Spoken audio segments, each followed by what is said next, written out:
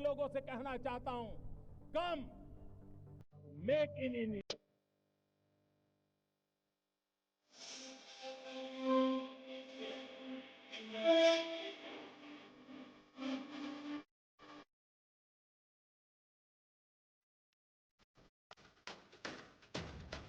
संयुक्त राष्ट्र महासभा में पाकिस्तान के कार्यवाहक प्रधानमंत्री अनवर उल हक काकर की तरफ से जम्मू कश्मीर का मुद्दा उठाए जाने को लेकर भारत ने पलटवार किया है। काकर ने शुक्रवार को दिए अपने भाषण में कहा था कि जम्मू कश्मीर मुद्दा संयुक्त राष्ट्र के एजेंडे में सबसे लंबे समय तक रहने वाले मुद्दों में से एक है। उन्होंने कश्मीर को दोनों देशों के बीच शांति की कुंजी बताया था। अब इस पर संयुक्त राष्ट्र में भारत की फर्स्ट सेक्रेटरी बैतल गहलोत ने पाकिस्तान को करारा जवाब दिया है। उन्होंने पाकिस्तान को घेरते हुए सबसे पहले उससे भारत के अवैध तरीकों से कब्जाए गए क्षेत्रों को खाली करने के लिए कहा। साथ ही पाकिस्तान से 26/11 हमलों के अपराधियों पर कार्रवाई करने के लिए भी कहा गया। संयुक्त राष्ट्र महासभा में भारत की फर्स्ट सेक्रेटरी बैतल गहलोत ने कहा कि भारत के खिलाफ आधारहीन और दुर्भावनापूर्ण प्रोपेगेंडा फैलाने के मामले में पाकिस्तान इस अगस्त फोरम के गलत इस्तेमाल का आदतन अपराधी बनता जा रहा है। संयुक्त राष्ट्र के सदस्य देश और अन्य बहुपक्षीय संस्थानों को अच्छी तरह से पता है कि पाकिस्तान ये सब सिर्फ अपने बेहद खराब घरेलू मानवाधिकार के रिकॉर्ड से अंतर्राष्ट्रीय समुदाय का ध्यान हटाने के लिए ये सब करता है।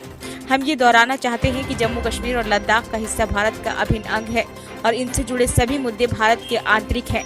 पाकिस्तान को भारत के घरेलू मुद्दों पर बोलने का कोई अधिकार नहीं है। बैतल गहलोत ने पाकिस्तान को आड़े हाथों लेते हुए कहा कि एक देश के तौर पर दुनिया में सबसे खराब मानवाधिकार रिकॉर्ड वाले देशों में शुमार, खासकर महिलाओं और अल्पसंख्यकों के अधिकारों के मामले में पाकिस्तान को दुनिया के सबसे बड़े लोकतंत्र पर उंगली उठाने से पहले अपने घर को संभालना चाहिए। पाकिस्तान में अल्पसंख्यकों के खिलाफ हिंसा का सबसे स्पष्ट उदाहरण अगस्त 2023 में फैसलाबाद जिले के जारन नवाला में ईसाई समुदाय के खिलाफ हुई निर्दयता में देखने को मिलता है, जहां 19 गिरजाघरों के साथ ईसाइयों के 89 घरों को भी जला दिया गया। इतना ही नहीं, पाकिस्तान में अल्पसंख्यक समुदाय की महिलाओं की स्थिति, खासकर हिंदू, सिखों और ईसाइयों की स्थिति बेहद खराब है। हाल ही में पाकिस्तान के अपने मानवाधिकार आयोग ने एक रिपोर्ट प्रकाशित की है, जिसमें कहा गया है कि देश में हर साल अल्पसंख्यक समुदाय की अनुमानित 1000 महिलाओं का अपहरण, जबरन धर्म परिवर्तन और निकाह होता है। पाकिस्तान दुनिया में सबसे ज्यादा अंतर्राष्ट्रीय स्तर पर निर्धारित आतंकी संगठनों और लोगों का संरक्षक है। भारत की तरफ से आगे कहा गया कि पाकिस्तान के साथ तकनीकी कुतर्कों में उलझने के बजाय हम उससे मुंबई हमलों के अपराधियों पर विश्वसनीय और सत्यापन योग्य कार्रवाई करने की मांग करते हैं। 26/11 के पीड़ित 15 साल बाद भी न्याय का इंतजार कर रहे हैं। दक्षिण एशिया में शांति के लिए जरूर है कि पाकिस्तान जो कार्रवाई कर रहा है वे 3 हिस्सों में हो। पहला, बॉर्डर पार आतंक फैलाना बंद करे और आतंकवाद से जुड़े अपने इंफ्रास्ट्रक्चर को तुरंत बंद करे।